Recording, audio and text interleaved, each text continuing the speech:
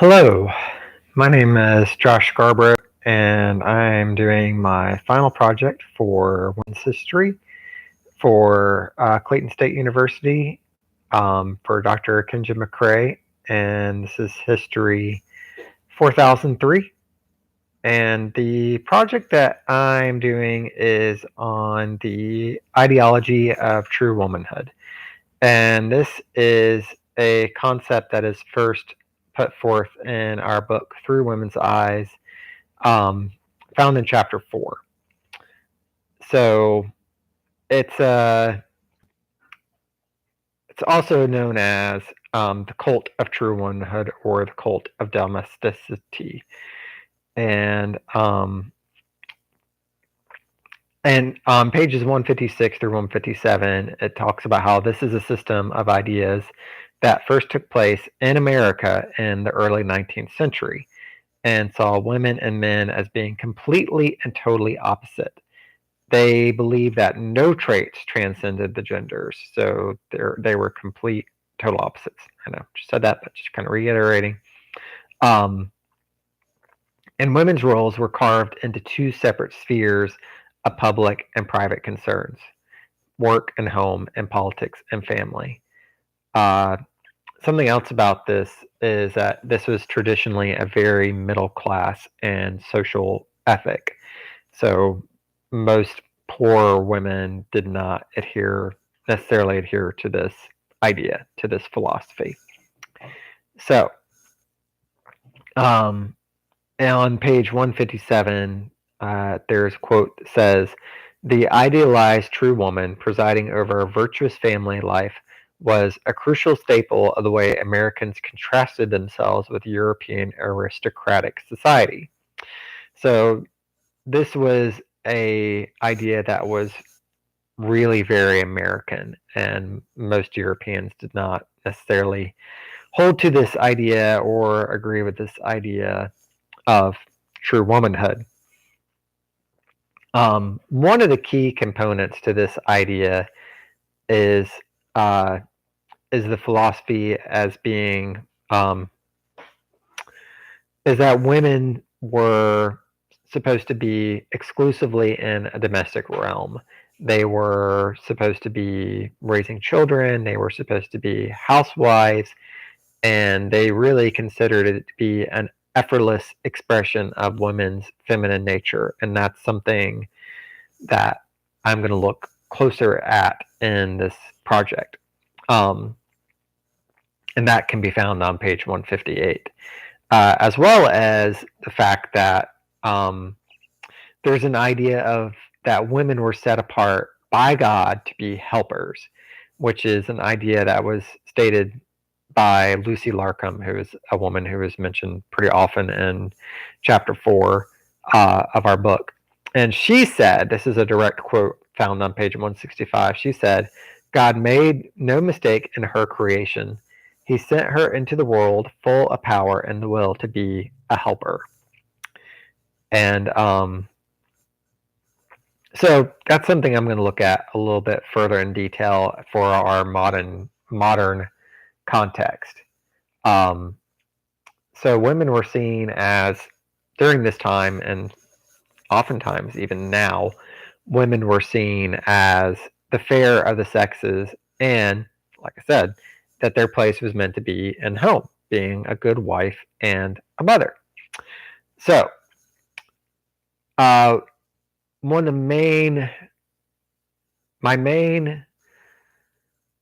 my thesis, I guess, is that the cult of true womanhood, or the ideology of true womanhood, really goes hand in hand with a concept known as complementarianism, or being complementarian, which is an idea held by many evangelical churches.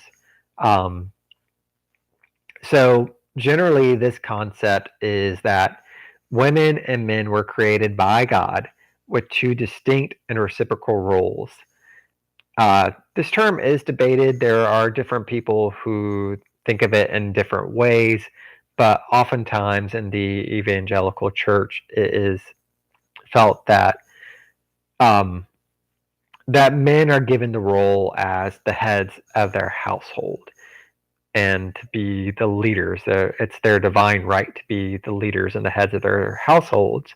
Um, so they make a lot of the decisions as far as the family life, the spiritual life, the economic life, where they go to church, when they go to church, uh, if and when they go on vacation, like what kind of car, et cetera, different things. And there are many verses that can be interpreted to support this, such as Ephesians 5:22, 1 Timothy 2, 11 through 15, Genesis 2:18, among many, many more.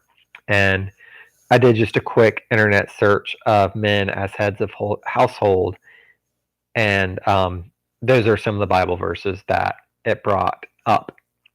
So I think it is also important to know that not all evangelical Christians believe in this idea. There's also egalitarianism, which is kind of like the flip side of this idea, which I'm not going to get into because I think that would get too muddled for this project. So there's a popular preacher whose name is John Piper, and he's a very strong complementarian, and he gave a sermon on this very topic, and this is a quote from the sermon from John Piper. He said, "So the primary responsibility for initiative and leadership in the home is to come from the husband, who is taking his cues from Christ, the head. And it is clear that this is not about rights and powers, but about responsibility and sacrifice." He goes on to say, no abuse, no bossiness, no authoritarianism, no arrogance. Here is a man whose pride has been broken by his own need for a savior, and he is willing to bear the burden of leadership given to him by his master, no matter how heavy the load. He states, godly women see this and are glad. He goes on to say quite a bit more on this. But one of the other things that he goes on to say is this is what the godly husband feels the primary responsibility to do for his wife and family. So, a complementarian concludes that biblical headship for the husband is the divine calling to take primary responsibility for Christ-like servant leadership, protection, and provision in the home, and biblical submission for the wife is the divine calling to honor and affirm her husband's leadership and to help carry it through according to her gifts, a helper suitable for him, as Genesis 2:18, one of the verses I mentioned earlier, says. So basically, breaking that down, he is stating this idea of seeing the man as the head of the house, as the leader, as the spiritual leader, and as being over the wife, not in a way of being abusive or arrogant or anything like that, but more as a way of, I don't want to say taking control, but of being the leader, of making those hard decisions, and that the wife is to come alongside him as his helper. So, and this is a concept that I've seen play out in real time. So I would consider myself to be an evangelical Christian, and many of the churches that I have attended, a lot of the pastors and other men in the church, and all the pastors were men in these churches. Another viewpoint held by complementarians: their wives would not work. They stayed home. They raised children. They helped. They were housewives, and I've seen this time and time again where men who were able to make enough money to support their family and have their wife not work. That was generally the case.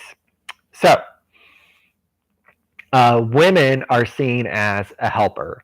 Helpers are seen as assistants and not the main teacher or leader. So that's another thing, that women are not seen as teachers. If women teach or lead, it is typically other women or children or people who are younger than them. Also, women are not preachers, or not deacons, they're not pastors. They're generally just kind of they're helpers. They're not meant to be in leadership. So, just to go a little bit more into complementarianism, it's only been around for about 25 years. It was coined by a group of scholars who got together to try and come up with a word to describe someone who ascribes to the historic biblical idea that male and female are equal but different. Complementarians believe that God created male and female as complementary expressions of the image of God. Male and female are counterparts in reflecting his glory. Having two sexes expands the view that both sexes bear God's image fully on their own. Each does so in a unique and distinct way. Male and female in relationship reflects truths about Jesus that aren't reflected by male alone or female alone. So this is from an article written by Mary Cassian for the Gospel Coalition, which the Gospel Coalition is an evangelical organization that is fairly conservative, meaning that they hold to a lot of these ideas of complementarianism. They don't always necessarily hold to the idea that women are meant to solely be in the home as wives and mothers, but they do definitely see these two distinct roles, which, like true womanhood does, that women and men are very different. And I don't necessarily know that they believe that there are no traits that are shared between the sexes, but it does seem to they do seem to think that the traits are fewer and further between. Um, so many complementarians do believe that a woman's divine place is in the home, caring for children and helping the husband. Many believe that they're not supposed to work outside the home, and if they're married and can afford not to, as they see the man as the sole provider and the woman is to support him. Typically, a woman would only work in this case if and when the children are old enough to be in school or out of school, as it were, because many of these people homeschool and will homeschool their children from the time that they're born up until they graduate from high school. So depending on how many kids they have, the wife could be home for a very long period of time, indeed, if she ever does work at all. Sometimes women do go back to work once their children are old enough to go back into school. Okay, so moving on. So this is from an article written. It's called "The Bible as a Product of Cultural Power: The Case of Gender Ideology in the English Standard Version" by Samuel L. Perry of the University of Oklahoma Department of Sociology. So I'll read this and then I'll go into what I think it means. So he says, below I further develop this argument and provide an empirical case study using a contemporary example. I trace how evangelical debates over gender ideology and proposed feminist revisions to the New International Version, also known as the NIV, in the 1990s resulted in the production and distribution of the increasingly popular English Standard Version, also known as the ESV, and I show how the ESV's editorial team made intentional, systematic changes from the Revised Standard Version, the ESV's parent text, to publish and mass market a text more amendable to conservative, complementarian interpretations. In so doing, the actors behind the ESV have engaged in more covert means of cultural reproduction, not only disseminating their interpretation of the biblical text, but manipulating the text itself.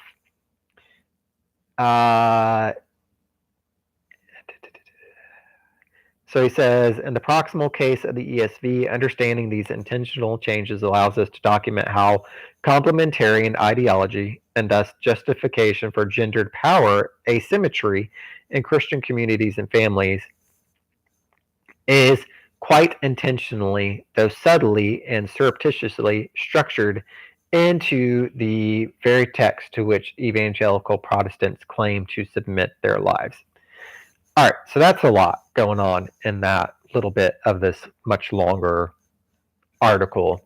So basically, what Mr. Perry, or probably Dr. Perry, is saying is that this new version of the Bible, the English Standard Version, which I own an English Standard Version and amongst other Bibles, and was one of the first Bibles that I ever read, was basically cultivated to garner this idea, to really support this idea of complementarianism, of the two distinct roles between male and female. And a lot of the NIV, the New International Version, their language was more gender neutral. So there wasn't as much of the distinctions between man and woman. And so it seems like from this article that when they were writing the ESV, they really made a conscious decision to make sure that those distinctions were there, that there were very real and true distinctions in some of the verbiage that is used in the verses. And like he said, it's generally very subtle and very surreptitious. It's like a word here, a word there, that unless you really dig in deep and really, really read closely, you're not going to necessarily pick up on. But I've known many pastors that have said that the NIV is basically trash, and that if you read the NIV, you're not a true Christian, basically, and that they will only read either the ESV or the New King James, which the New King James is basically just a more updated version of the King James version of the Bible. It doesn't have the these and thous and thys. It's more. They just replace that language with more updated modern language. So the main arguments of this article is that the ESV is based on current trends and influenced, as well as how complementarian gender ideology has influenced the translation. So the article focuses on gender issues in the English Standard Version of the Bible, as I stated. So this, again, goes along with this idea of men and women being created differently, being created with unique roles, being created for the man to be the leader of the household and for the woman to be the helper. And this helps support this idea. So, kind of going into a different tack, this is actually, this is my primary source. Sorry, that last one was a secondary source. This is my primary source. This is from Woman in America, being an examination into the moral and intellectual condition of American female society by Mrs. A.J. Grace. And this was actually written during this time. This is written in 1844, and it was a very popular book among women that adhered to this idea. And Mrs. Graves stated in this book, she said, there are fundamental duties of which women cannot claim ignorance, but they neglect the preliminary work of preparing the soil and that the seed may germinate and spring up and bear fruit. So it's a little vague, and you have to kind of read between the lines to see what I think she's really saying here. And what I think she's really saying is that women's roles are wives and mothers, and that they're not ignorant of this. They know that it's natural for them to feel this way. They are divinely made to be wives, to be mothers, to bear children. When she says preparing the soil and that the seed may germinate and spring up and bear fruit. So preparing the soil, meaning I'm assuming her womb, and the seed being children, and germinate, spring up, and bear fruit. So raising them. And like I said, it's subtle, and it's not like direct, like right out in your face. This is exactly what it means. But that's my interpretation of it. So another thing is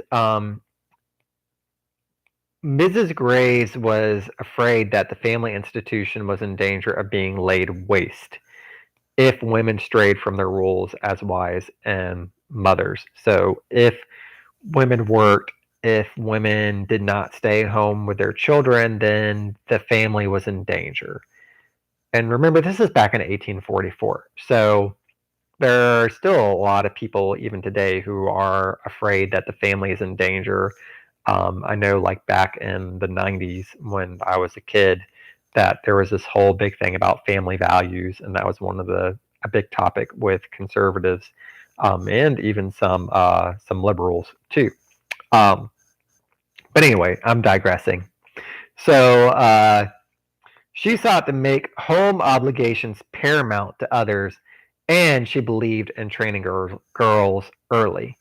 Sorry, I forgot to mention that the first quote was found on page III, which is in the preface. And the thing about being afraid of women straying from their roles as wives and mothers and training women early is found on page 256 of that book.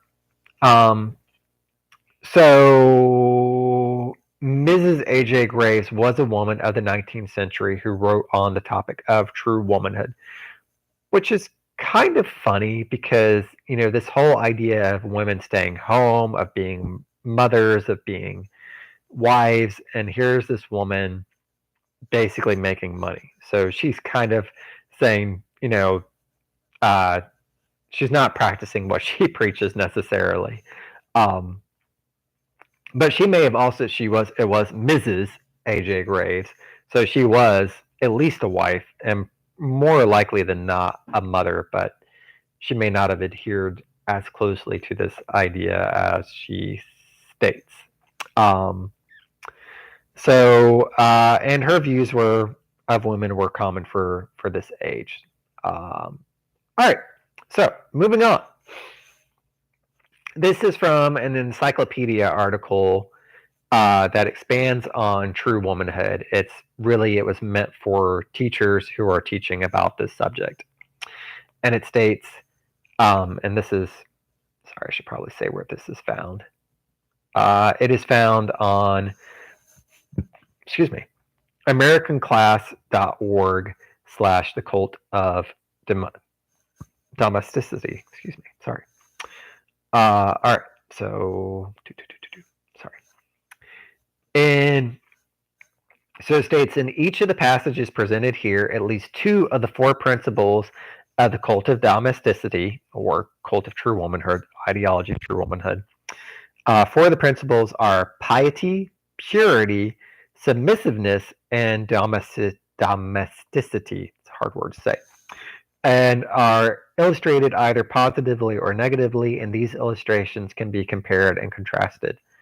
While the four passages have other features in common, they also voice distinctive, even opposing views One theme to note is the emphasis on the kinds of trade-off that take place within this cult, meaning that women might very well willingly choose to accept the rule of wise husbands and political leaders in return for security, material comfort, and protection.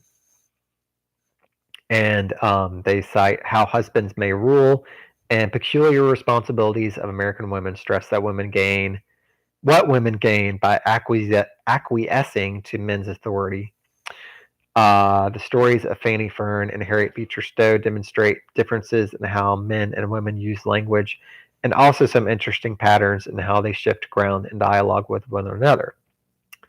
And according to Welter, one of the people that they cite, true womanhood held that women were designed exclusively for the roles of wife and mother and were expected to cultivate piety, purity, submissiveness, and domesticity in all their relations.